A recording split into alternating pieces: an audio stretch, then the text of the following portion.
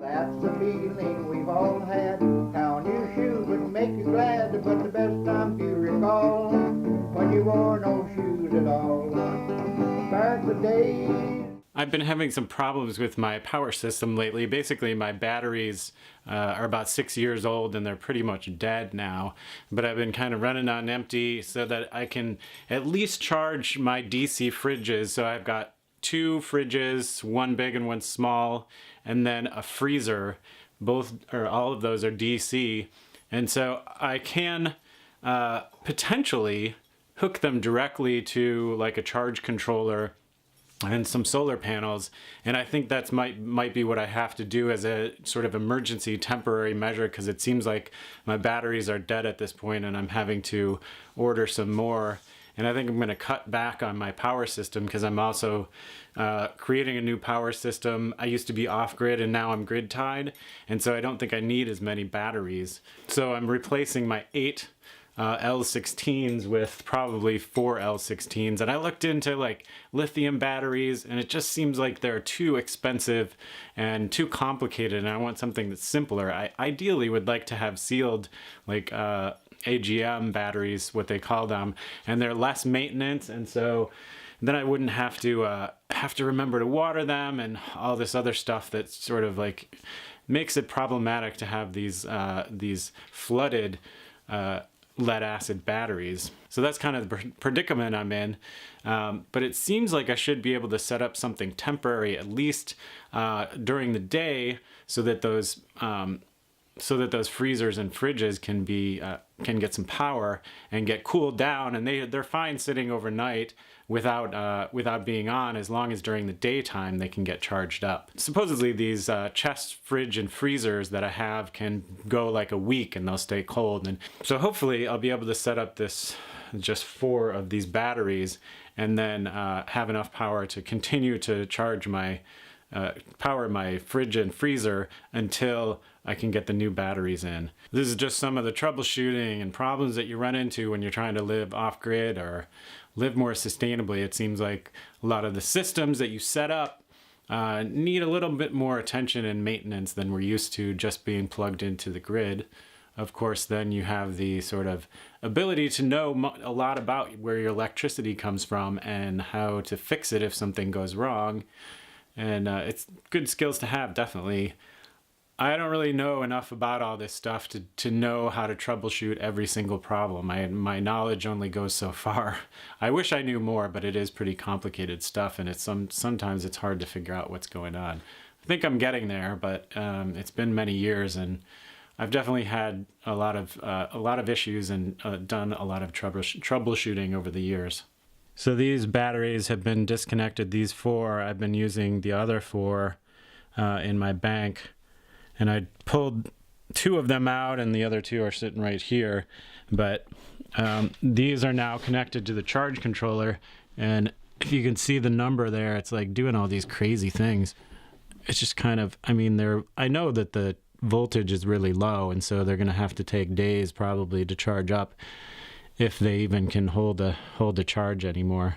I had kind of a brainwave last night in bed, and sometimes I wake up in the middle of the night and I just start thinking about things. Anyways, I was like, okay, I've got these 2 good batteries, or fairly good batteries, that are charged up to over 6 volts each, and if I put them together they should be 12 volts, and I should have enough charge in them to at least get these fridges going so that I can start to get them cooled down.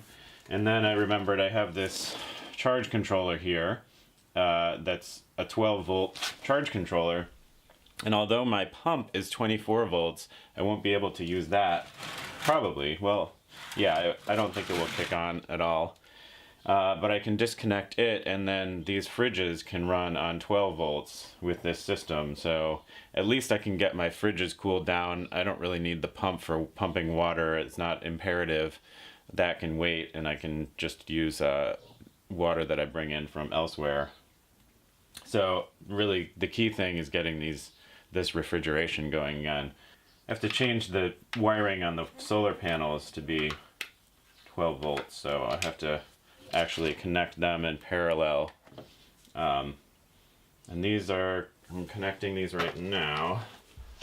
So yeah, before I hook up the solar panels, I need to get them set up for 12 volts. Because right now I have them at 24, which would not be good for that 12 volt charge controller. I don't know if we're going to get enough sunlight today to really get much power, because it's supposed to get cloudy. Although it does look like there's blue sky right over there. Maybe at least this morning I can get a little bit of power. But this is what life off grid is like. You never know what the sun's gonna do.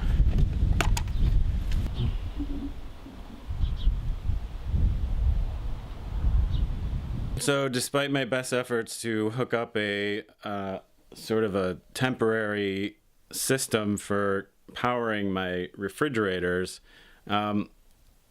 it just doesn't seem to be enough power. I don't know why. There's 14 volts at least coming in and going to the refrigerator, and the compressor will turn on for maybe like 4 seconds and then it'll shut off again. And obviously, and it's still giving a blinking low voltage level, and I'm not sure why that is. Maybe it's just that there's not enough power in the batteries themselves to really power the fridge. And so I just would have thought that if they had the power coming in from the solar panels, it would be enough. But I think it's just drawing the voltage down as soon as the compressor comes on. It's drawing the voltage down enough that it cuts off, because it's a low voltage. The low voltage sensor cuts out the power.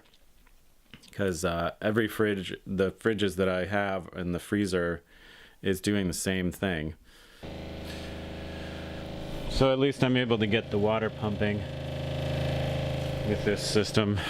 I mean, I think directly hooked up, the solar panels will give it at least 20 volts. So that's enough to turn this pump pretty well during the day.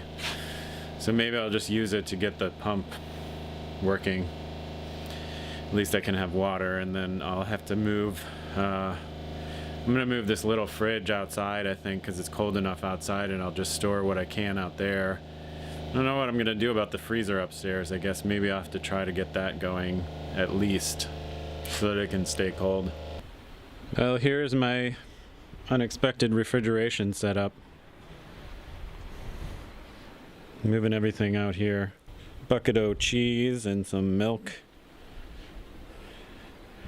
That wine has been fermenting out here for the last couple of weeks. It hasn't been as cold as I would like it to be for fermentation of that wine, but now, just yesterday, it started getting colder, and today it's pretty chilly out, so it's definitely cold enough to keep this stuff much colder than it would be inside the unrefrigerated space.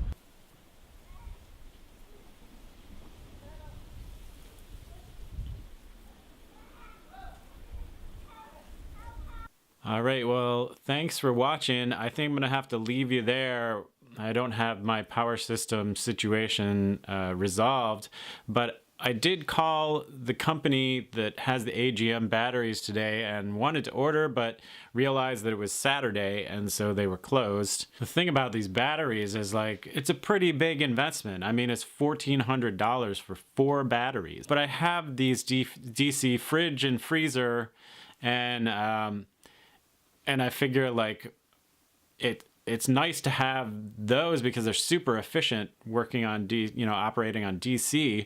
But also, when I do get grid tied, well, I'm grid tied, but when I set up my whole system to be grid tied and have battery backup, then I'll be able to, feed power into the grid when my batteries are full. And then at night, I'll be able to use the power in the batteries before I draw from the grid. So it's kind of nice. It's an ideal setup, I think, because then you can use your excess power. Sometimes if your battery bank is full and you've been having a lot of sunny days, your excess power from your solar panels just goes into heat and it goes into waste. And so this way I can actually feed into the grid if if my battery bank is full and I have excess power, I can just feed that back into the grid, and then I'll get a credit from that from our microgrid. At night, if I want to use power off of my batteries, then I don't have to draw from the grid. So YouTube has this new functionality. It's called an end screen, and so that's what I'm starting to do, because it's a lot easier to make the end screen than it is to make the other kind of things that I was making for the end of the video. You have to know that like there's actually a subscribe link up here, and then over here, there's a link to my website. It's not entirely obvious that that's what's there, but if you hover over those icons, like the Hardcore Sustainable icon over here, and another icon or picture over here, that's where you go to my website. And then I've also created these playlists recently. So I'm going to link to those playlists, and if you want to watch all the videos that I've done about tiny houses or natural building, you can just click on that playlist link and that will take you there, and then you can watch through them if you haven't watched them already. So I've divided up my videos and I'm sort of categorizing them into these groups and topics, so if you want to watch them all at once, you can do that easily. And I'll be linking to those playlists, you know, whatever category the video that I'm posting is in. At the end screen, you'll see a playlist that's that category, and so you'll be able to link to those videos and just watch them all at once. All right, well, don't forget to subscribe to my channel up here if you haven't done that, and also share the video with your friends, and give it a thumbs up if you liked it. Thanks, and I'll see you next time.